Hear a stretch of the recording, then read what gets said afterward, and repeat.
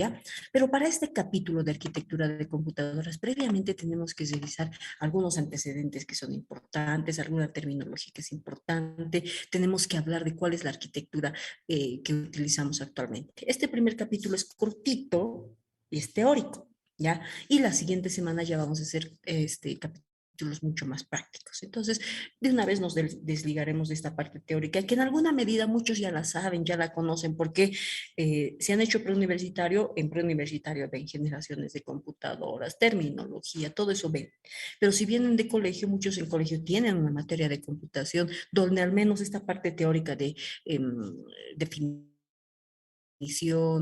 esta parte teórica de historia del computador, evolución de las generaciones, esa ya la tienen, claro, ¿no ve?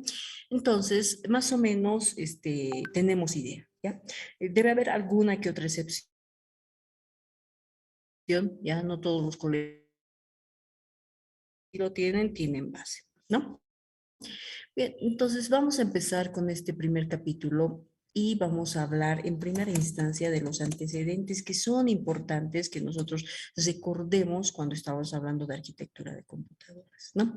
Entonces, necesariamente aquí tenemos que hablar de una línea de tiempo, de un timeline, ¿no? Que hay una línea de tiempo importante que no tenemos que perder de vista, que tiene que ver en primera instancia con la evolución del hardware del computador, ¿ya? Porque no se olviden que nuestro computador está compuesto de hardware, software y firmware, ¿no? Entonces, hablando específicamente del hardware del computador, nos tenemos que remontar históricamente algunos momentos que han sido hito, ¿no? Hito para la historia de las computadoras, tal y como las conocemos hasta el momento, ¿ya? Uno de esos hitos importantes, ¿cuándo se da? Se da cuando hablamos del famoso ábaco. ¿Allá por qué años? Dependiendo de los autores, algunos dicen los 3500 antes de Cristo, otros dicen 5000 antes de Cristo, etcétera. Entonces hay algunas divergencias con respecto a los autores y no vamos a encontrar de repente un, eh, libros que tengan mucho en común al respecto, porque esto está variable. Algunos dicen que nació en China, otros que nació con otras civilizaciones. Entonces, bueno, pero lo importante ya de este elemento ya del ábaco era que le permitía a las civilizaciones realizar cálculos, ¿no ve? O sea, sumar, ¿ya? Pero inclusive antes del ábaco, ¿qué había? Antes del ábaco se trabajaba, o las civilizaciones antiguas trabajaban con piedritas, ¿no? Entonces juntaban, digamos que querían contar cuántos animales habían cazado o algo así, entonces juntaban piedritas, ¿no? Y cada piedrita significa un animal. Tenía un montoncito de 5 piedritas y llegaba alguien más con lo que había cazado y le aumentaban una piedrita más, ¿no? Y así empezaban a trabajar la suma. Y precisamente este hecho de trabajar con piedritas ha hecho que después se organicen esas piedritas en el denominado ábaco, ¿no? Este, se empiece a hablar de la realización de lo que iban a ser los cálculos, que más adelante van a derivar en las calculadoras, ¿no? Entonces, recordemos también que dentro de esta parte de la historia es importante recordar que piedritas, ¿ya? ¿De dónde viene? Piedras, ¿de dónde viene? Viene del término cálculos, ¿no? Que ahorita nosotros relacionamos con cálculo y con calculadoras, de las que se van a derivar después nuestras computadoras, ¿no? Fácil de acordarse es, y siempre les digo, de repente cuando, no sé, uno va, el tío o algún familiar al médico y le dice, te vas a hacer estos exámenes y luego le diagnostican y le dice, tienes cálculos renales. ¿Qué significa? Que tiene piedritas en el riñón. O tienes cálculos biliares. ¿Y qué significa? Que tiene piedritas en la bilis, ¿no ve? Entonces es fácil de acordarse. Entonces de las piedritas, ya que viene de cálculos, ya se va generando el ábaco. Y después se hace un salto cualitativo unos años después, ya, de trabajar bastante con el ábaco, se trabaja con la famosa calculadora mecánica, ¿no? Entonces nacen las calculadoras. ¿Con quién nacen las calculadoras? Ya, calculadora viene de cálculos que viene, que es conjunto de piedras, de ahí viene, ¿no? La calculadora, una de las primeras calculadoras nace con Pascal, ¿no? Entonces, este señor, ¿qué tenía? si ustedes recuerdan la historia, este señor era hijo de un recaudador de impuestos que tenía bastantes problemas con la cantidad de impuestos y monedas que tenía que contar, ¿no? Entonces, para facilitar el proceso, diseña una pequeña calculadora mecánica con unas rueditas dentadas para que puedan hacer algunos cálculos básicos, ¿no? Y en ese entonces no tiene mucho éxito, pero como su papá era recaudador de impuestos, entonces a otros colegas también les recomienda este dispositivo que había hecho su hijo, ¿no? Y entonces se realizan alrededor de 50 de estas calculadoras para que lo utilicen los recaudadores de impuestos en su momento, ¿no? Este, esta idea que, que se genera más o menos en los años 1400, 1420 aproximadamente, derivaría más adelante en los intentos que iba a hacer este otro señor llamado Leibniz, ¿no? Con un nuevo tipo de calculadora mucho más avanzada, ¿no?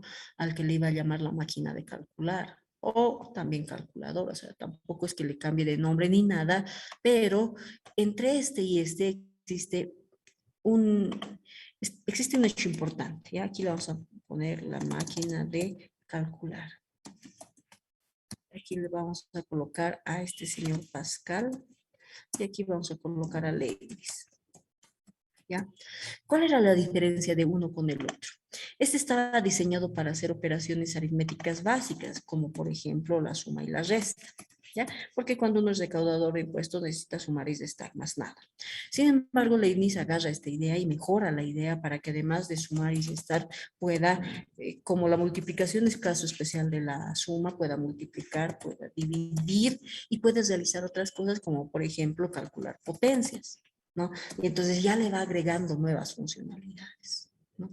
Y todas estas ideas que estos señores en su momento han traído para generar las primeras calculadoras han hecho y le han hecho ver al mundo que teníamos la necesidad de hacer cálculos cada vez más grandes, que si bien las personas podían realizar esos cálculos, ya a veces les demoraba bastante tiempo y eran tareas bastante mecánicas. Y entonces es así que en el 1822, aquí lo vamos a colocar como importante, a este señor, que se llama 1822, se llama Charles Babbage, ¿no? ¿Qué hace este señor por nosotros? Es reconocido como el padre de la informática porque gracias a él, gracias a los planos y a los diseños que había hecho, más adelante se iban a construir los primeros computadoras de la historia, ¿ya? Y este señor hace sus inventos, hace sus planos en este momento, en el 1822, la máquina diferencial, máquina de diferencias, ¿no? Y en el 1833, unos 10 años después, uno parecido al que le iba a llamar la máquina analítica.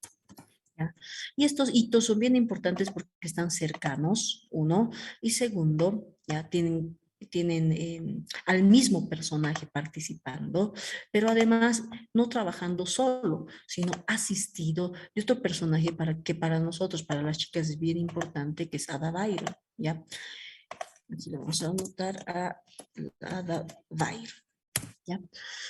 Entonces, en estos años, Charles Babbage tiene la idea, en 1822 tiene la idea de hacer una máquina de diferencias. ¿Por qué le llama máquina de diferencias? Porque a diferencia de las calculadoras, además de sumar, restar, multiplicar, dividir, sacar potencias, exponentes, etcétera, lo que él quería es que estas puedan sacar derivadas. Ya, ustedes cuando vean cálculo 1 van a ver derivadas integrales, entonces son funciones que atendiendo ciertos criterios se pueden reducir. Entonces, la máquina de diferencias, él pensaba hacerla para eso. Pero en 1822, todo el tema de electricidad y todo eso no estaba suficientemente avanzado, de tal manera que los planos que había hecho Babbage, digamos que no se podían implementar tal y como los había pensado. Y entonces decide dejar en pausa ese proyecto y empieza a trabajar otro proyecto que es la máquina analítica, que habría de hacer todas las operaciones básicas matemáticas, sumas, resta, multiplicación, división, potencias, cálculo de logaritmos, igual, cálculo de derivadas integrales, etcétera, ¿ya? Pero ahora se apoya de esta señorita Ada Byron que que diseña, ¿no? Uno de los primeros lenguajes de programación para la máquina analítica de Babbage. Para este entonces ya alguito había avanzado todo el tema de electricidad y todo eso, la parte electrónica, pero no lo suficiente como para que lo pueda llevar a cabo. ¿Ya? Entonces no logra, digamos, implementar, no logra ver realizados sus sueños. Sin embargo, todos estos avances harían que más adelante, unos añitos más adelante, concretamente, aquí, concretamente 1940, 1940, 41, 42, 43, agarren estos planos que había dejado Charles Babbage, ya fíjense, del 1830 al 1940 son poco más de 100 años, ¿no? Y entonces, ¿quiénes agarran? Agarran la Universidad de Princeton, agarran una serie de personajes y empiezan, ya, con estas dos máquinas, empiezan la construcción de estas dos máquinas que son recordadas en toda la historia, ya, la Mark I y la ENIAC, por ser respectivamente el primer computador electromecánico y el primer computador electrónico de la historia, ¿no? Pero en este transcurso, antes de que llegue el 1940, ya en el 1918, por aquí, había aparecido otro señor, aquí lo voy a colocar con otro color, ¿ya? Más o menos por éxitos, ¿ya? Hablamos de la Primera Guerra Mundial, aproximadamente en 1918, había aparecido otro señor que también tiene que ser bastante recordado por nosotros, que es Alan Turing, ¿no? ¿Qué hace él? Hace la máquina Colossus. ¿Y cuál es el mérito de la máquina Colossus? Haber descifrado el código Enigma. ¿Y el código Enigma qué era? Era el código que utilizaban los alemanes para mandarse mensajes, porque saben que a lo largo de la historia, inclusive mucho antes de que esto de la computación, de la informática exista, ya muchas civilizaciones como la civilización griega, romana, etcétera, bueno, habían guerras y se pasaban mensajes durante la guerra, ¿no? Entonces habían una especie de chasquis mensajeros que iban de un lado para otro llevando mensajes.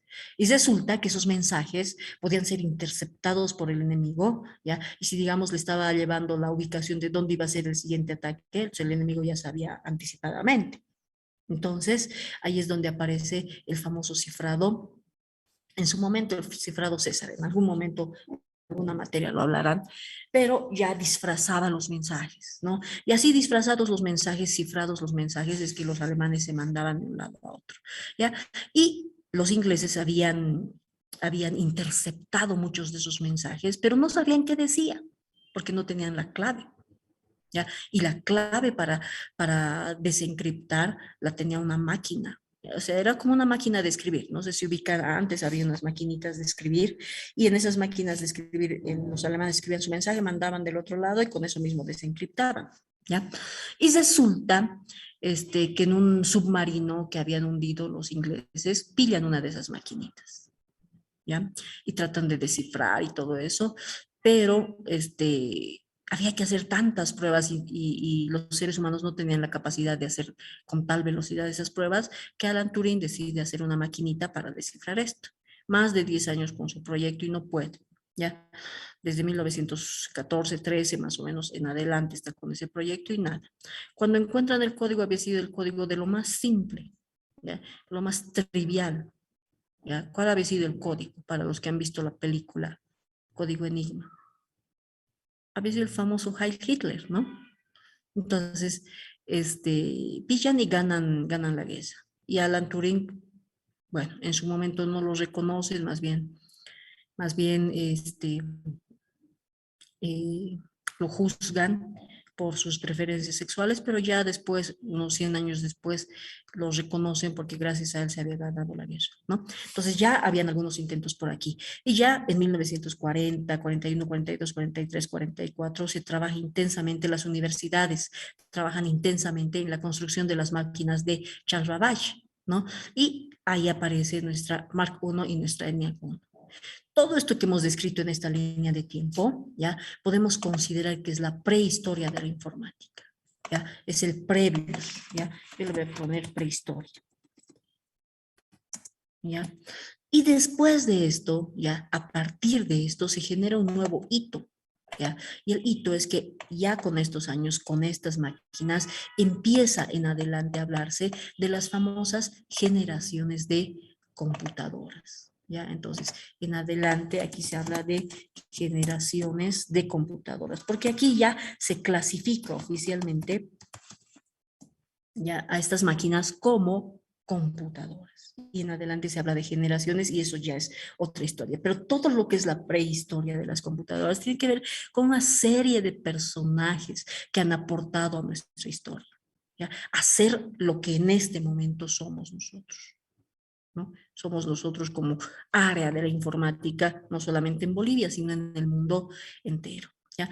Entonces, hay homenajes, por ejemplo, a Pascal se le ha hecho un homenaje y hay un lenguaje de programación llamado Pascal, precisamente, ¿no?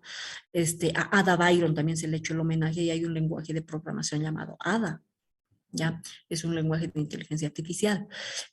Bueno, no hay un lenguaje de programación llamado Babbage, pero a Charles Babbage se lo reconoce como el padre de la informática. Y otro de los padres de la informática es Alan Turing, por los aportes que ha realizado en su momento. ¿No? Y en adelante van a empezar a aparecer una serie de personajes que es importante que nosotros los conozcamos, los reconozcamos, sepamos quiénes son y qué han hecho por nosotros. Ustedes ubican que en colegio nos enseñan la materia de historia y nos hacen leer historia de Bolivia. En historia de Bolivia nosotros vemos quiénes han luchado en la guerra de la independencia, quién ha sido el primer presidente, quién es Simón Bolívar, quién es Antonio José de Sucre, quién ha sido a lo largo de la historia, digamos, Mariano Melgarejo, quién ha sido este, eh, Belsu, etcétera. ¿No? Tenemos una idea, algunos héroes como por ejemplo Eduardo Avaroa, Ladislao, tenemos idea, ¿no? De quienes han estado presentes en nuestra historia porque nos han ido formando en eso, porque somos bolivianos. Pero ahorita ustedes están formando para informáticos, además, ¿no? Entonces tenemos que saber también nuestra historia, tenemos que conocer nuestras raíces, quiénes han aportado para que vivamos el momento en el que estamos viviendo. Y fíjense que estos años han sido años pues relativamente largos, ya han tenido que pasar muchos años para llegar a estos años 40, 50, y a partir del 40 y el 50, pues la evolución ha sido veloz, súper veloz. ¿Ya? Y de esas generaciones es de las que vamos a hablar ahora. Entonces, para hablar de todo lo que es prehistoria de la informática, ustedes agarran cualquier libro, el libro de Alcalde, por ejemplo, o el libro de Luis Joyanes Aguilar, y ahí tienen siempre en la parte de prólogo, en la parte de introducción, todo lo que es esto de la historia de la evolución de la informática para llegar a lo que iban a ser los primeros computadores. ¿Ya? Y ahora sí, vamos a hablar de esos primeros computadores, ¿no? Entonces, voy a separar esta parte de prehistoria y me voy a ir ahora sí a la historia de los computadores y a la historia de la informática, porque antes de esto no se hablaba de informática, no se hablaba de computadoras. A partir de este momento se habla de informática y se habla de computadoras. ¿No? Entonces ahora revisaremos lo que son estas famosas generaciones de computadoras. Ahora, con respecto de las generaciones de computadoras, aquí hay que decir dos cositas, ¿ya? Nosotros no vamos a abundar en esto, pero existe una generación de computadoras que se trabaja a nivel de hardware, ¿ya? Otra que se trabaja a nivel de software, ¿ya? Porque así como el hardware ha ido evolucionando, el software también ha ido evolucionando, pero nosotros nos vamos a concentrar en esta asignatura, en lo que es la evolución del hardware de las computadoras. Entonces, estas generaciones de computadoras las vamos a tomar a partir de ese hito. Y obviamente aquí también hay otro timeline, otra línea de tiempo que todavía nosotros estamos viviendo, que comienza con qué? Con lo que precisamente acabamos de decir, con la aparición de los primeros computadores de la historia, que son el Mark I y el ENIAC, ¿no? ¿Ya? Estamos hablando aquí de los años 40, ¿ya? 1943, 44, ya 1940 en adelante le voy a poner, ¿ya? ¿Por qué? porque obviamente estos computadores no se construyen de la noche a la mañana, han tenido que pasar años para su construcción. En 1939 encuentran los planos de Babbage y ya algunas universidades como la Universidad de Princeton, Berkeley, etcétera, eh, se ponen en competencia, ¿no? Una en Estados Unidos, otra en Inglaterra para construir estas máquinas, ¿no? Construyen, tienen éxito. Para 1940 estamos hablando eh, de otra guerra mundial, de la Segunda Guerra Mundial, ¿no? Este, existen algunos personajes que han tenido que ver en esta Segunda Guerra Mundial. Se habla se me olvidó, Plan Marshall, si no me equivoco, se llama, que en la Segunda Guerra Mundial reúne a científicos de todo lado para hacer algunos avances tecnológicos. Y uno de ellos iba a ser el famoso Einstein, ¿no? Einstein que hagas de esta maquinita, la ENIAC, ¿ya? Para realizar los cálculos de simulación de lo que iba a ser el lanzamiento de la bomba atómica, ¿no? Entonces, a ENIAC se le recuerda por eso, porque ha sido utilizada para realizar esos cálculos, en primera instancia de simulación, y después ya han visto los resultados que ha tenido esto de la bomba atómica, ¿no? Sí, si no me equivoco es el plan Marshall. Entonces, hay una cosita también aquí que es importante recalcar, ¿ya? Eh, lastimosamente, las guerras, Primera Guerra, Segunda Guerra, ¿no? Las guerras son la época donde mayor desarrollo tecnológico y científico existe en la historia. Es penoso, pero es así, ¿ya? Para ganar la guerra, los países empiezan a invertir en investigación, en ciencia, en tecnología, todo lo que tienen y lo que no tienen para poder ganar. Así, para la Primera Guerra Mundial han invertido en ciencia, ahí es donde la radioactividad ha visto la luz, ¿no? Ahí es donde han empezado a darle importancia a todos esos aspectos, donde se ha generado la bomba atómica, etcétera, pero también ya para esos años, gracias a la bomba atómica, a los rayos alfa, gamma, no sé qué, que mejor lo manejan los físicos, ahorita existe curación para el cáncer, por ejemplo, ¿no? En estas guerras mundiales, los alemanes han hecho un montón de experimentos con los prisioneros de guerra. Ustedes deben saber la historia de Auschwitz, o sea, un montón de desastres que han pasado, pero que han permitido probar nuevas vacunas, inyecciones, curas a enfermedades, etcétera. Ya, lamentablemente se han sacrificado muchas vidas, millones de vidas humanas en ese entonces, pero eso ha permitido que tengamos vacunas, que tengamos curas a algunas enfermedades ahora, por esos experimentos que se han hecho en esa época, ¿no? En tecnología, las computadoras, el mundo estaba en competencia por construir computadoras. Un poquito, unos años después, ustedes saben que en las guerras se utilizan los walkie-talkies, ¿no ves? Las radios, la comunicación por radio. Gracias a esa comunicación por radio es que más adelante conocemos los celulares, ¿no? Entonces, son un conjunto de situaciones que tienen las guerras que permiten el desarrollo tecnológico y científico del país, ¿no? Del país, del mundo, ¿ya? A ver, sin ir lejos, ustedes recordarán historia de Bolivia, que es la del Chaco. Se cuenta que los prisioneros de guerra, los paraguayos, han venido a construir todo lo que es el camino a Yungas. Antes no había acceso, sino era a través de burritos y llamas, ¿no ve? Que iban a hacer viajes así, no había camino. Y ese camino lo han construido los prisioneros, ¿ven? Entonces, son situaciones en las que se desarrollan los países, las ciudades, el mundo entero por la guerra, ¿ya?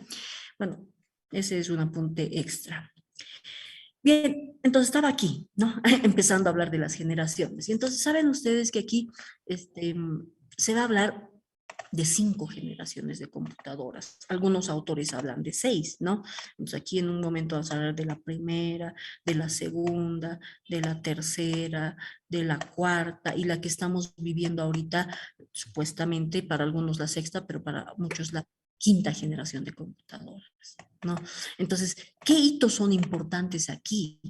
¿Ya? Independientemente de los años, por ejemplo, estamos hablando de una, aquí le voy a anotar, ¿ya? 1G, primera generación de computadoras. 2G, segunda generación de computadoras. 3G, tercera generación de computadoras. 4G, cuarta generación de computadoras, y 5G, la quinta generación de computadoras. Los hitos importantes aquí más o menos de 1940 hasta, aquí vas a colocar una linecita de tiempo, aquí también y aquí también. ¿Ya? ¿Hasta qué año? Aproximadamente. Aproximadamente esto hasta los años 50, ¿ya? Hasta el 1900, algunos hablan 55, 56, etcétera. Eso depende de los autores y no hay nada fijo al respecto.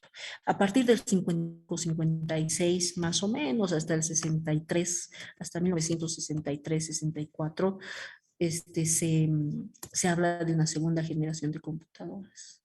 Y ya para la tercera generación se habla más o menos desde los años 70, 1971, 72, se habla hasta ahí de una tercera generación de computadoras.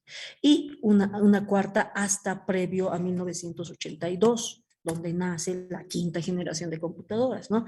Entonces, estas fechas, estos años son aproximados, ¿no? Hay que reconocer que son aproximados, pero a nivel de hardware hay hitos importantísimos. ¿Y cuáles son esos hitos importantísimos? Son precisamente la disminución del tamaño de los computadores. Esta Mark I, esta ENIAC, eran computadores gigantes, pero gigantes. Se habla del tamaño de una cancha de fútbol, ¿no? Entonces, aquí los programadores estaban dentro del computador, tenían que existir una especie de palancas como esas que tenemos en casa para subir y bajar la luz, ¿ya? Palancas donde la programación era totalmente cableada, ¿no? Se trabajaba con lógica cableada precisamente, ¿no? Entonces, los computadores en esta generación eran enormes, pero se los recuerda por utilizar las famosas válvulas al vacío. ¿Qué eran las válvulas al vacío? ¿Conoce alguno de ustedes una válvula al vacío? Sí, ¿no? En casa tenemos estos foquitos, los amarillos, no los focos ahorradores, los otros. Tienen, alguna vez hemos utilizado, tenemos, ¿no? Un foquito de 100 watts, ubican un foco de 100 watts, ¿ya? Lo ponen ahí y perdón, y la luz es fuerte, ¿no ve? Y entonces, ¿qué hace el papá, la mamá, no sé, alguien? Le coloca ahí un papelito para que no nos dañe la vista y además no sé qué, ¿ya? Pasa una semana, 2 semanas, 3 semanas y el papelito está amarillo. ¿Por qué? Porque genera harto calor. Hagan lo mismo con un foquito ahorrador y no va a pasar eso. ¿No ven? Entonces, ese foquito que nosotros tenemos es un ejemplo de válvula al vacío o de tubos al vacío. ¿Ya? Característica, consumen alta energía y provocan mucha calor, ¿no ven? ¿Ya? Pero si unita de esas provoca así de mucha calor, imagínense una de esas, pero de tamaño, pues, multiplicado por 100, ¿ya? Uno de un tamaño les diré, de 50 por 50, un foco de esos, ¿ya? Un hito. ¿Cuánta calor generará? ¿Cuánta energía necesitará? Mucha, ¿ya? Y los primeros computadores estaban hechos con estas válvulas al vacío. Como se necesitaban varias, generaban mucha calor. Como eran grandes, necesitaban estar en un espacio gigante. Y como eran tan grandes, necesitaban bastante energía. ¿Ya? Y entonces estas primeras máquinas de la primera generación se recuerdan por tener que incluir sistemas de refrigeración súper poderosos, súper potentes para que estas máquinas no se, no se fundan, porque para que internamente no se fundan los dispositivos, ¿no? Y como les digo, eran máquinas súper gigantes. Aquí yo tenía alguna capturita, fíjense, estas máquinas, ¿no? Súper grandes, ¿ya? Programación totalmente cableada, ¿no? Aquí podemos ver un montón, ni siquiera tienen la forma que nosotros conocemos actualmente de los computadores. Fíjense que los programadores ahí están con un montón de cables levantando y bajando palancas para programar estos, ¿no? Entonces, los primeros computadores eran pues gigantes, Ya realmente gigantes, eran cuartos y cuartos donde los programadores tenían que caminar y si querían hacer una suma con acarreo, les tocaba bajar una palanca, subir otra palanca, cosas así, ¿no? Eran gigantes. Obviamente no eran para personas como nosotros, eran para instituciones grandes, para universidades, para la NASA, para lugares así, ¿ya? Que podían costearse todo eso, para instituciones militares especialmente, ¿no?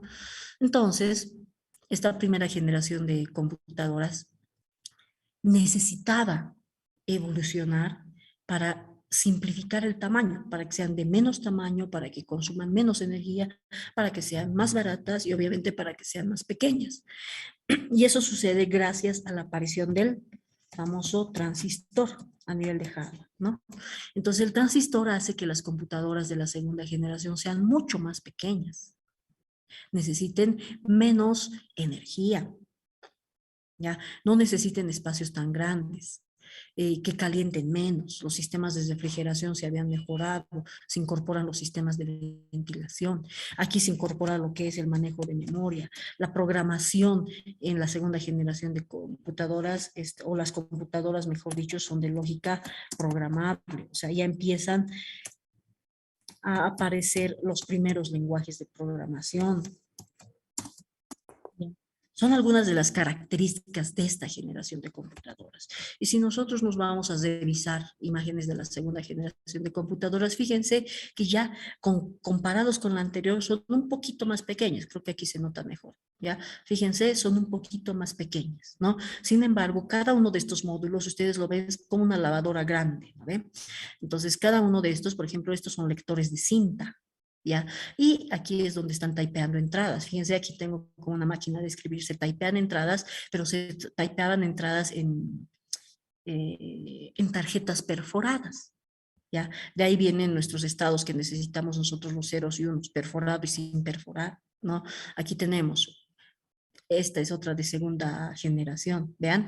Entonces son como, es como un refrigerador, una lavadora, etcétera. Pero en esta segunda generación, por si acaso, no existía monitor, ¿ya? Todas las salidas se imprimían. ¿Ya? Entonces, como las máquinas de escribir, ¿no? Imprimían los resultados. Entonces, aquí tengo un lector de cinta, todo lo que se había introducido con tarjetas perforadas se lee aquí, se procesa aquí, eh, se decodifica y después se imprime. Permítanme un segundito, se ha abierto el micrófono por acá. Ya. Bueno, entonces vean, las computadoras de segunda generación ya eran mucho más pequeñas. Aquí también se puede ver otra. Ya esta también es de segunda generación. Fíjense, aquí está su entrada de datos, una máquina de escribir. ¿Ya? Entra aquí, aquí se procesa, ¿ya? Y sale aquí, pero impreso. ¿Ya? Entonces esas son computadoras de la segunda generación. Aquí tenemos otras más, ¿no? Aquí igual tenemos otras computadoras más de la segunda generación. Estamos hablando de los años 60, ¿no? Fíjense, de los años 50, 60, ¿ya? Para los años 60, 70 existe la necesidad de seguir reduciendo el tamaño de los computadores, ¿no?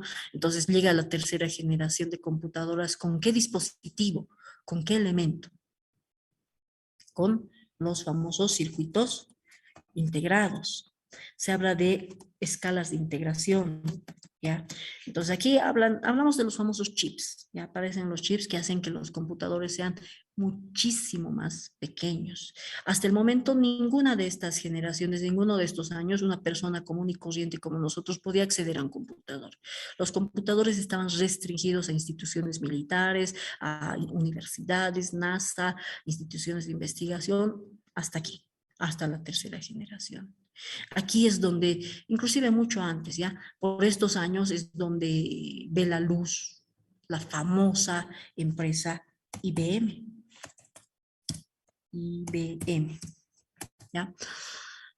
IBM era una institución que nace con Hollerith en el censo de Estados Unidos, allá en los años 1900, sí, pero luego se consolida como una de las únicas instituciones del mundo que construía computadoras. ¿ya? En la tercera generación hay un librito de Sterling que se llama Cacería de Hackers, ¿ya? Y ahí nos hablan precisamente de cómo eran los trabajadores de esta época, los trabajadores de IBM de los años 60, 70, ¿ya? Eran pues lo más alto, la high, digamos, de los trabajadores del mundo. O sea, el que trabajaba en IBM ya lo conocían en la calle porque iba bien trajeado, con la última pinta, en caso de los hombres y en el caso de las mujeres igual, con traje, falda, etcétera. Eh, Bien uniformados, digamos, ¿no? Se ganaba bastante bien, obviamente, pero por estos años, estamos hablando de la posguerra, también existían muchos conflictos a nivel mundial y había mucha gente que se oponía a que IBM monopolice la construcción de las computadoras, ¿no? Reitero, para este entonces ya han empezado a existir otras industrias, por ejemplo, las industrias de los videojuegos, el Atari, las industrias de lo que iban a ser más adelante las impresoras, como HP, por ejemplo, ¿no? Hewlett Packard. Entonces, IBM tenía el monopolio hasta estos años 60, 70, ¿ya? Y si nosotros revisamos computadoras de la tercera generación, ¿ya? Nos fijamos en algunas de las imágenes, fíjense, IBM, ¿ya? Tenemos nuestros circuitos integrados aquí, algunas de las computadoras ya eran más reducidas. Esta de hecho es de cuarta generación, ¿ya? Entonces, pero eran muchísimo más reducidas. Esta en realidad esta es una de tercera generación, ¿ya? Esta es una de tercera generación, así todavía gigante, grande, pero aquí ya empiezan a ver los monitores, las pantallas empiezan a aparecer aquí, ¿ya? Entonces, por estos años, a ver, una de tercera, no, esta sería la más representativa de tercera, porque estos ya son más de cuarta generación, aunque algunos los consideran también de tercera, ¿no? Aquí también hay otra de tercera, fíjense, mucho más reducido, aquí está otra, parecida a las de segunda inclusive, ¿no? ¿Ya? Entonces, en esta generación de computadoras, en esta tercera, hay un problema grande, ¿ya? En los años finales de los 60, empezando los 70, ¿ya? Todo el mundo, después de la posguerra, posguerras de la Guerra Mundial, después el tema de Vietnam, todo eso, hay un descontento de los jóvenes a nivel mundial, ¿ya? Por todo el daño que se estaba haciendo, por el hecho de que Estados Unidos se esté metiendo en otras guerras que no le correspondían, que se haya metido a Vietnam, una guerra que ni siquiera ha podido ganar, que han ganado otras personas con menos recursos que los demás, etcétera. Y aquí es donde aparece la famosa cultura hippie, ¿no? Los hippies que dicen amor y paz y no sé qué, y están en contra de las guerras y eso, ¿no? Y están en contra de todo lo que es el capitalismo. Aquí empieza el boom también del socialismo en su momento, pero del socialismo verdadero, no del intento de socialismo que se hace hoy en día, ¿no? De un socialismo que propone que se trabaje por el bien común de las personas, que no existan monopolios, todo ese tipo de situaciones, ¿ya? Que eh, ahí nos dice Gary John Lennon, exacto, esos personajes que dicen amor y paz y con su cabellito largo y todo eso, y justo por estos años aparecen dos señores, ¿ya? 1970. Está aquí este señor, lo vamos a anotar, ya para entrar a la cuarta generación.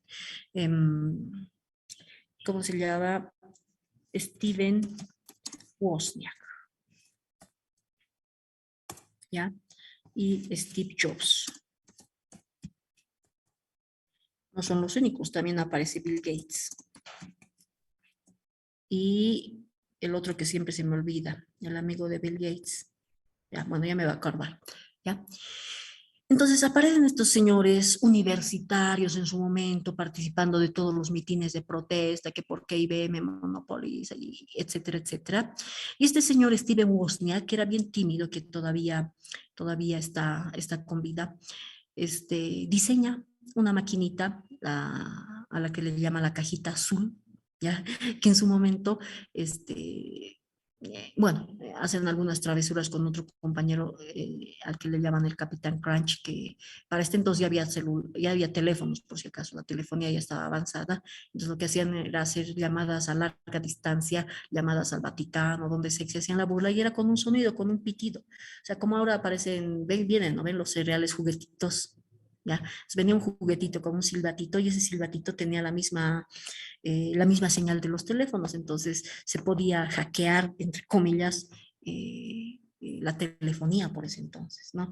Entonces, estos señores aparecen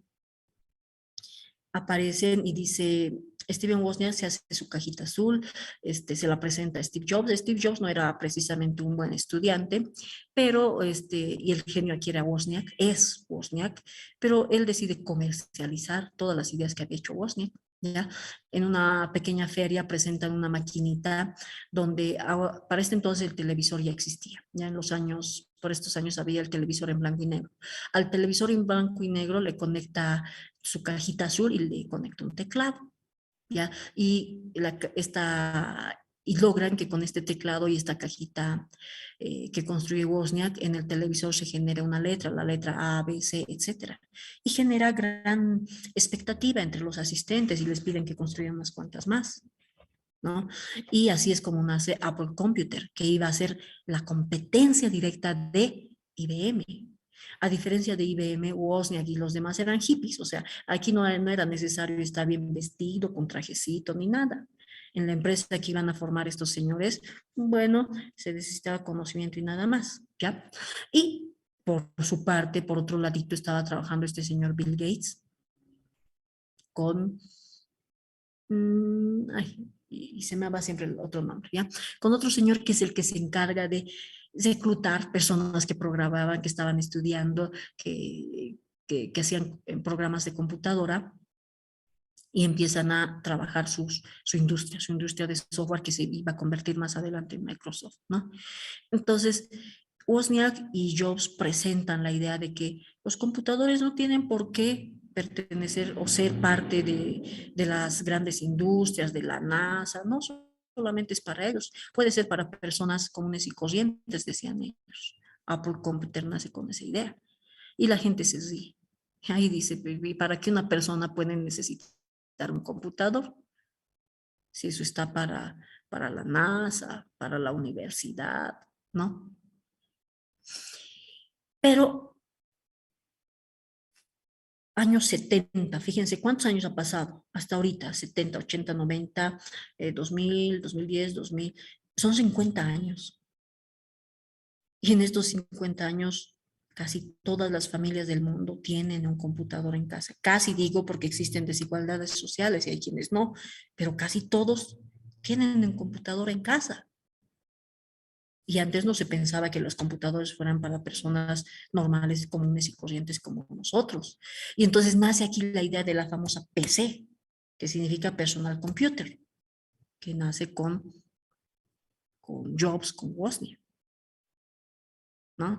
Y bueno, para este entonces ya los lenguajes de programación estaban avanzados, había necesidad de hacer sistemas operativos, los sistemas operativos esos sí que no estaban muy avanzados.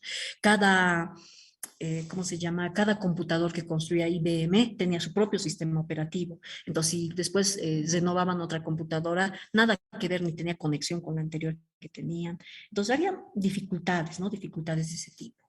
Y saben que una cosita importante para nosotros, ya, es que por estos años, ya, el mundo está hablando de las PCs y se está trabajando computadores así grandes, los bancos están comprando computadoras.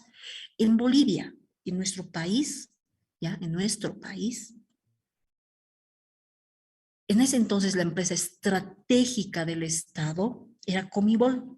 Ahorita, la empresa estratégica del Estado es YPFB, ¿no ve? Han debido ver ustedes las noticias, cuánto gana alguien que trabaja en YPFB. Habían tenido empresarios que ganan hasta medio millón de bolivianos, increíble, ¿ya? Pero para los años 70, Comibol era esa empresa estratégica. La gente que trabajaba en Comigol ganaba bastante bien, estaba bien acomodada, etcétera, y había bastante dinero. Y Comibol tenía aquí había el Banco Minero, estaba el Banco del Estado, etcétera. Entonces Comibol trae a Bolivia el primer computador en Bolivia. Y era un computador de estos de tercera generación, no todavía de cuarta, ¿ya? De estos que les estaba mostrando aquí, más o menos así, ¿ya? Y resulta que trae, obviamente, carísimo, ¿ya? Como dicen en la serie, carísimo, por si acaso, y no había quien maneje, no había, porque en Bolivia no había una carrera de informática.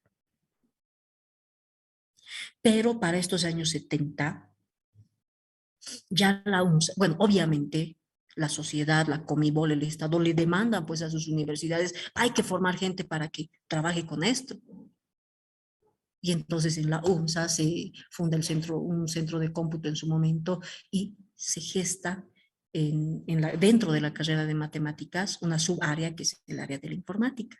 Y los primeros informáticos de Bolivia se forman aquí, en nuestra universidad. Y unos añitos después nos independizamos como carrera de informática. Oficialmente el año 72 se inscriben los primeros estudiantes al área de la informática en la UNSA. Y obviamente a manejar estas máquinas. ¿Y saben qué? Estas máquinas, curiosamente, ¿saben cómo se manejaban? Trabajaban con procesamiento por lotes. Entonces, es como, ¿se acuerdan del capítulo de Homero donde está, tiene que hacer enter, enter, enter y se cansa y pone un patito? ¿Se acuerdan? Ese era el trabajo de ese entonces, pero como eran máquinas tan caras, obviamente los mineros y todos ellos tenían terror de utilizar esto y si lo arruinó, ¿qué hago? Y las personas que se habían formado teóricamente en la UNSA había que aprovechar de manejar estos equipos. Y como era procesamiento por lotes, todo era enter, enter, enter, enter, enter. Pregúntenle a nuestros docentes más antiguos de la universidad, ejemplo, el licenciado Terán, la licenciada Nancy, la doctora Fátima Dol, son los docentes más antiguos y los primeros que se han ido formando en el área. Y el trabajo era eso, enter, enter, enter, enter, enter, y se ganaba bastante bien porque no había profesionales del área en ese entonces, ¿no? Y así como Comibol trae la primera computadora, el Banco Central de Bolivia, ya otras instituciones así, bancos grandes que habían en ese momento, empiezan a traer también sus computadoras y empieza a existir mayor demanda de profesionales del área de la informática. Y entonces el año 72 nos independizamos nosotros como casera de informática. No nos independizamos todavía, mejor dicho, ya se empiezan a formar los primeros y va a ser el año 80 y algo, si no me equivoco, 83, 84, que ya oficialmente somos casera, ¿ya? Pero ya funcionábamos antes con esto. ¿Ya? Bueno, aquí en el chat nos están diciendo Greco, Paul Garvey. Ah, Paul Allen. Gracias, Greco. Paul Allen, exacto. Aquí. Bueno, Ariel dice, sí, saben que pregunten con los docentes más antiguos y prácticamente ese era el trabajo, ¿ya? Entonces, por eso nace la carrera de informática en Bolivia, por esa necesidad, ¿ya? Eh, y ya en poco tiempo, ya años 70, ya pasaron los 70, llegaron los 80, ya han empezado a llegar PCs, o sea, de este tipo como está aquí, ¿no? Y pero la carrera no tenía computadoras, todo se hacía teóricamente y gracias a que la Comibol y otras empresas traían sus computadoras, los estudiantes iban a hacer sus prácticas allá, ¿ya? Y en una de esas ya existe estas instituciones que ya han dejado de utilizar alguna y donan a la carrera en los años 80 los primeros computadores, ¿ya? Y ni siquiera era uno de estos, ¿saben qué era? Está en nuestro museo que no se abre, pero bueno, hay uno que yo logré ver en el museo, se ubica una lavadora, ¿no ve? Una lavadora de ropa, es grandecita, ¿no ve? ¿Ya? Una de esas, ese era el CPU, ¿ya? El monitor era una cosita así como esta, así chiquita, ¿ya? En blanco y negro, ¿ya? Pero su CPU era grande, así como una lavadora. Y un teclado así, en ese momento, teclado de 88 teclas, si no me equivoco, ¿ya? Así más o menos como este. Ya no tenía teclado numérico, nada.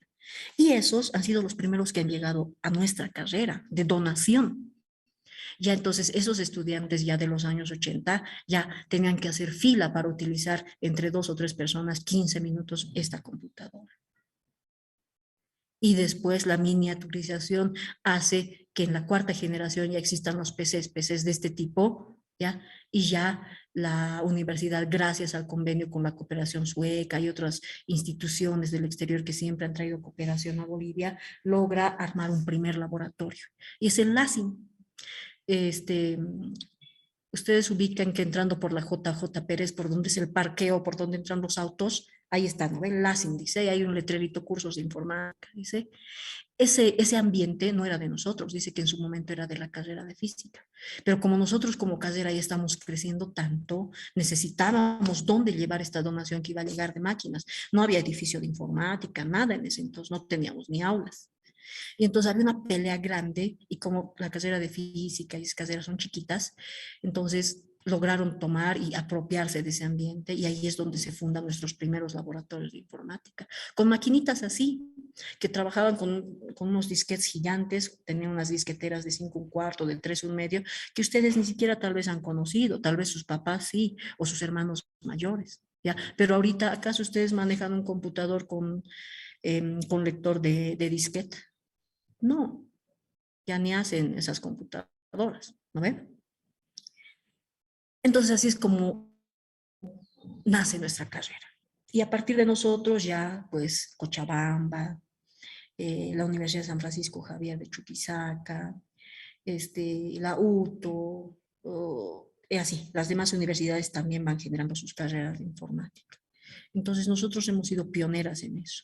Y muchas de esas empresas en su momento, las primeras empresas que han traído estas máquinas, como ha evolucionado rápido, ya no necesitaban, nos han donado pues esas máquinas. Esas han sido las primeras que hemos utilizado o que se han utilizado. Yo no he logrado utilizar todavía esas, pero saben que hace algunos años se ha logrado abrir el Museo de Informática, que lamentablemente hace años que no se abre, que ojalá este año, tenemos 50 años de vida, ojalá este año podamos abrirlo, donde van a ver memorias de núcleos de ferrita de la segunda generación, ya que han sido para la carrera, ¿ya?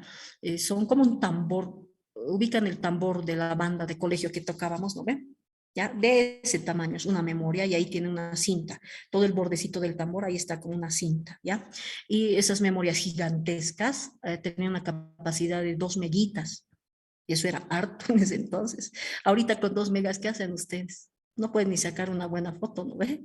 Entonces, bueno, esto ha crecido, evolucionado bastante. Bien, me he salido un poco del tema por hablar de Bolivia, pero creo que era importante saber que en estos años es que nosotros también nacemos como carrera, ¿no? Entonces, con estos señores se habla de la cuarta generación de computadores, las primeras PCs y lo que van a ser los microprocesadores. Microprocesadores, ¿no? Y ya a partir del 82 se habla de lo que iba a ser la quinta generación de computadoras caracterizadas por lo que es la inteligencia artificial y la robótica, que en su momento no han avanzado mucho, ¿ya?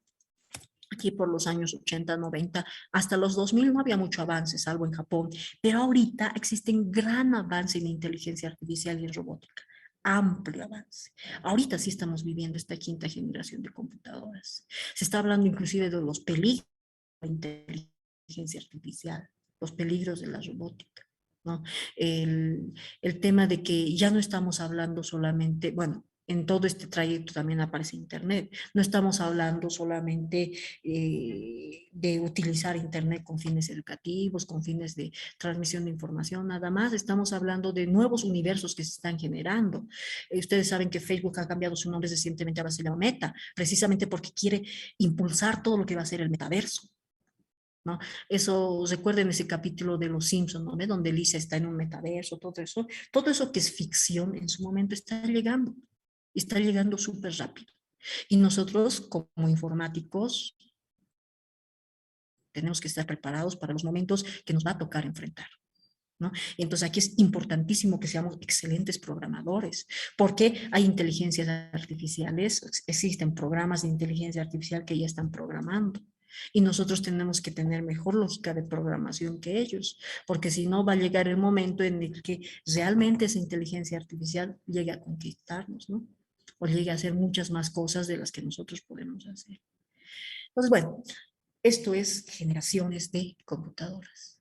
Y para que no sea muy aburrido esta parte de generaciones de computadoras, hay algunas películas que yo siempre recomiendo que vean. Por ejemplo, Los Piratas de Silicon Valley, ¿ya? Aquí hay, lo buscan, Piratas de Silicon Valley. Ahí habla de la cuarta generación, nos habla de Steve Jobs, nos habla de Steve Wozniak, nos habla de Paul Allen, nos habla de Bill Gates y de otros personajes, ¿no? Cómo ha nacido Microsoft, la rivalidad que ha tenido con Apple. Es un documental bastante interesante que les va a gustar bastante. ¿Ya? Entonces, véanlo, si el fin de semana tienen un tiempito, como todavía no están pasando algunas materias, aprovechen de ver Los Piratas de Silicon Valley. Otra que recomiendo bastante es esta, Figuras Ocultas, ¿ya? Este, no la he encontrado completa, pero alguna vez la dan en algunos canales de la tele, de TV abierta. Tal vez alguno lo encuentra por ahí, ¿ya? Entonces, ¿de qué trata? Trata precisamente de cómo las mujeres, y esto va para las chicas, ¿ya? Han sido las mujeres las primeras programadoras de la historia, porque eran las más pacientes. En este entonces se necesitaba mucha paciencia para programar. ¿Ya? Los cálculos matemáticos que se hacían eran gigantes. Estas señoras trabajaban en la NASA y bueno, para ese entonces había todavía un gran problema racial, ¿ya? Y un problema de género porque a las mujeres no se les dejaba estudiar, ¿no? O no se les permitía estudiar. En cambio, ahora las mujeres tenemos muchas facilidades para estudiar, nuestros papás nos apoyan. Pregúntenles a sus papás, a sus abuelos si sus papás les apoyaban para estudiar. No era así. Hace 50 años el hijo varón tenía derecho a estudiar y la hija mujer no, pero ahorita es distinto. ¿Ya? Entonces, en los años 60, 70, estas mujeres han luchado precisamente por estudiar, por formarse, han llegado a ser imprescindibles en el área de programación, ¿no? Entonces, es algo que también les sugiero que lo puedan ver. Y bueno, hay otras películas actuales también relacionadas que pueden ver, pero estas dos tienen que ver con historia de la informática, ¿ya? Con la evolución. Entonces, se las recomiendo ahí que la vean cuando tengan un tiempito, ¿no? ¿Qué más? Volveremos a nuestro tema, ¿ya? Entonces, todo esto hace a los antecedentes de lo que es la informática, ¿ya? ¿Y por qué son importantes que sepamos estos antecedentes? Les repito, les insisto, porque tenemos que saber de dónde venimos, porque el de dónde venimos va a marcar la diferencia para saber a dónde vamos a ir, para controlar nuestros destinos. ¿No? Hasta pareciera hasta irrisorio a ratos ver algunas de las películas de ciencia ficción que existen. Recientemente he visto una madre, yo soy madre, no, ay, no me acuerdo el título en Netflix, pero es de un robot que cría a una niña, que cría a la nueva generación de humanos. Entonces, son películas que te hacen pensar y dicen, no, que va a llegar esa realidad. Y ¿saben qué? Hace 20, 30 años nadie imaginaba que podamos hacer videollamadas a través del celular. Los supersónicos mostraban las videollamadas y era una caricatura y uno se reía. Y actualmente es posible. Entonces, todo eso que ha sido ciencia ficción está llegando a, a nuestra realidad, ¿ya? Y tenemos que estar preparados para esa realidad, nosotros y los que van a venir después de nosotros. Es por eso que actualmente se habla de la tendencia del pensamiento computacional y se está inculcando a niños, a chiquitos desde el kinder, primero, segundo, tercero, cuarto, que sean programadores, porque es el mundo que les espera. Van a haber profesiones que van a desaparecer en los siguientes años y hay otras que van a persistir gracias a la tecnología y hay otras que van a aparecer gracias a la tecnología. Hace unos 20, 30 años uno iba a la alcaldía, bueno, ustedes no han debido ver, y había un montón de personitas ahí haciendo formularios con maquinita de escribir. Y ahí uno le pagaba 20 pesos, 30 pesos, le hacía ese formulario y iba a pagar el impuesto.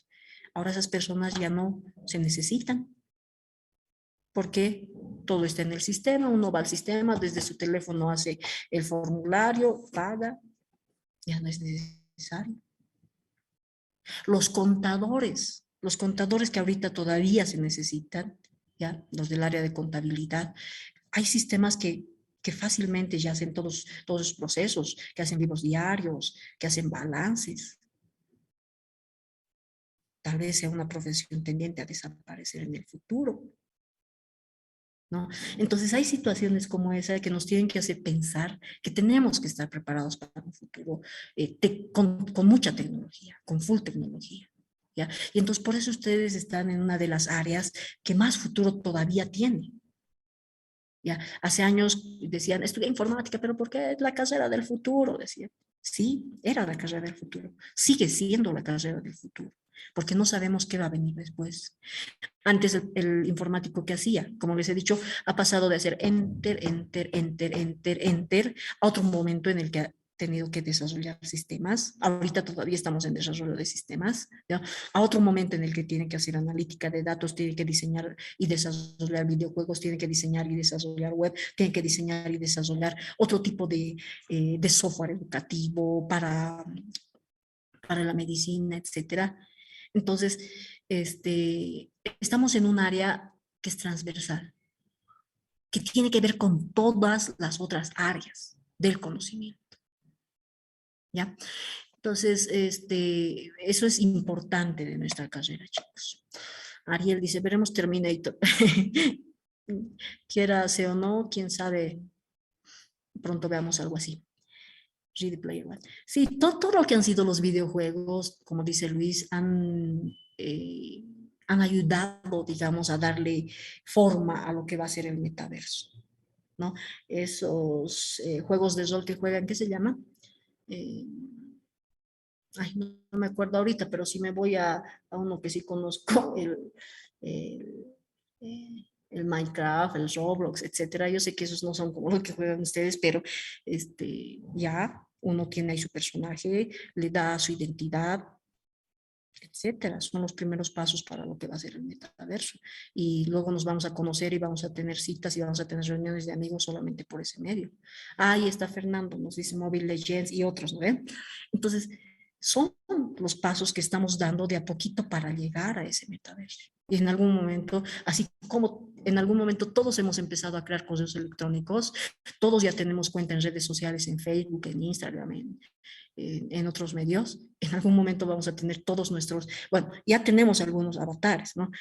Vamos a tener nuestros avatares y vamos a ser parte del metaverso y vamos a hacer negocios por metaverso, ¿no? Bueno, aquí José nos está recomendando otra película. Hay en el Telegram, pásenos, ¿no? Algunas películas que les hayan gustado a ustedes, que de repente no las hemos visto y por curiosidad las podemos ver, ¿no? Cyberpunk, ¿no? Vaya, ¿no? Aquí Zona nos pregunta sobre la computación cuántica. Uy, ese es otro tema terrible, porque todo lo que hemos avanzado hasta el momento, todo eso que hemos avanzado hasta el momento, se ha hecho con ceros y unos. Todo el avance que tenemos hasta el momento son ceros y unos. O sea, es el computador tradicional. Pero el cero y el uno son los estados. En el futuro, bueno, ya en el futuro, ya en el presente, tenemos computadores cuánticos que funcionan ya no con bits, sino con qubits. ¿Ya? Y con qubits ya no tienes dos estados, tienes todo lo que está entre cero y uno. Entre cero y uno está el 0, 001, 002, 003 y todos esos también están. Ya, inclusive el otro día estaba viendo un documental que dice que muy probablemente todo lo que es la computación cuántica acabe con todo lo que es la seguridad en Internet. Entonces son cositas que se están viniendo. Ahorita los computadores cuánticos, ¿quién tiene? Nosotros no tenemos y en muy buen tiempo no vamos a tener acceso. ¿Ya? ¿Quiénes tienen? IBM tiene, la NASA tiene, o sea, las instituciones más grandes, así como en los años 50, 60 solamente esas instituciones podían acceder a los primeros computadores. Ahorita igual, los primeros computadores cuánticos los manejan ellos, pero de aquí a 50, 60 años no sabemos, ya quién quita y ya tengamos acceso a ese tipo de computadores, ¿no? Entonces son situaciones que hay que pensar, que hay que meditar también, ¿no? Entonces, el computador cuántico ya no trabaja a nivel de bits, como vamos a conocer en esta materia. En esta materia vamos a trabajar con bits, con bytes, etcétera, pero van a ver que toda esa teoría se puede extender a todo lo que va a ser los qubits. Bitcoins, cripto, la nueva moneda. Hay ahorita un dilema terrible porque, ¿qué país es? Panamá es, ¿no? El que ha aceptado que se haga eh, comercio con criptomonedas y ahorita les están poniendo una multa para que deje de utilizarlos, porque eso va a significar un problema terrible para la economía, dice. A ver si en algún momento hablamos sobre eso, Luis, no, Ariel, mejor dicho, sobre Yo Robot, ¿ya? Eso es de una película, ¿no? De Karel Capek, de Isaac Asimov, mejor dicho, eh, el libro, existe un libro llamado Yo Robot. Y hay toda una serie de libros de Isaac Asimov relacionados con robótica que les pueden gustar también para leer. A El Salvador, gracias, Romelio, no era este. El Salvador está utilizando los bitcoins y ahorita le han hecho un lío terrible porque eso va a significar un cambio en la economía del mundo. Y eso lo ha hecho él porque su presidente es joven, ¿no? Es millennial, es prácticamente de nuestra generación, una generación que entiende de computadores. Difícilmente lo hubiese hecho un presidente de 60, 70 años como hay en otros países, pero bueno, son tendencias que vienen. El precio del mañana. Qué interesante. Ahí, gracias, Melanie. Ahí en el grupo no los colocan, ¿no? Así para que todos tengamos en el Telegram. Bien, estimados chicos, entonces todo esto hacen a nuestros antecedentes, ¿ya? Y con todo esto llegamos a los computadores que manejamos ahorita, ¿no? Y estos computadores trabajan con ceros y unos, tienen una arquitectura del computador y sobre esa es que nosotros tenemos que trabajar, sobre esa arquitectura de computadores, ¿no? Y entonces, digamos, esta era la parte teórica que teníamos que ver, que hemos tratado de resumirla bastante y hemos tratado de no hacerla muy aburrida. Y ya la siguiente clase tenemos que hablar precisamente de la arquitectura de von Neumann y entrando a la arquitectura de von Neumann tenemos que hablar de la representación de números dentro del computador, los que nos acepta a nosotros el binario, pero también acepta el octal, pero también acepta el hexadecimal. ¿Dónde se trabaja eso? Se trabaja en memoria y por qué trabajamos con ese sistema y qué operaciones podemos hacer sobre esos sistemas. Ya eso lo tenemos que analizar la siguiente semana. ¿Ya? Entonces, chicos, como no les voy a decir tarea, pero ahí para distraerse, véanse alguna de estas películas, les van a gustar, les van a motivar también, ¿ya? Es como si les dijese, no sé si hay películas sobre historia de Bolivia, sí, ¿no ve? Hay películas de la Guerra del Chaco, así. Entonces, algunos para fortalecer nuestro conocimiento de historia, nos vemos una de esas, más o menos para fortalecer un poco sus conocimientos del área, vean esto.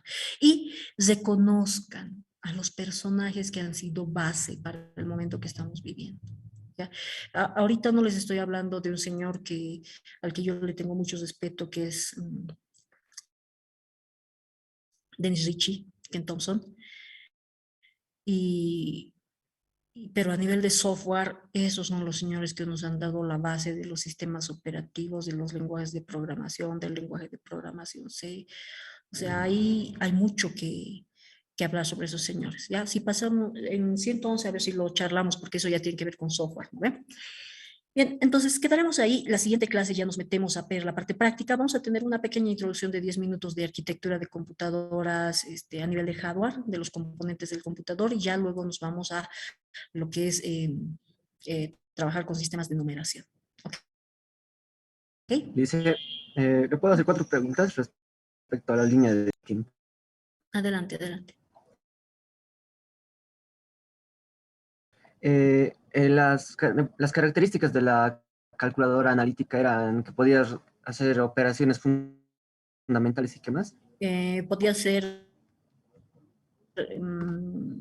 derivadas, integrales, logaritmos. No, logaritmos inclusive antes se podía hacer, pero las derivadas y las integrales son base del trabajo de Babbage. ¿Ya? Porque ustedes van a ver que las integrales son un caso especial de las sumatorias, pero son varias sumatorias que hay que hacer. En la segunda generación no aparecían monitores, pero ¿qué hacían más Impresoras las con computadoras impresoras. estas? Trabajaban con procesamiento por lotes. O sea, escribías y te lo imprimía lo que escribías.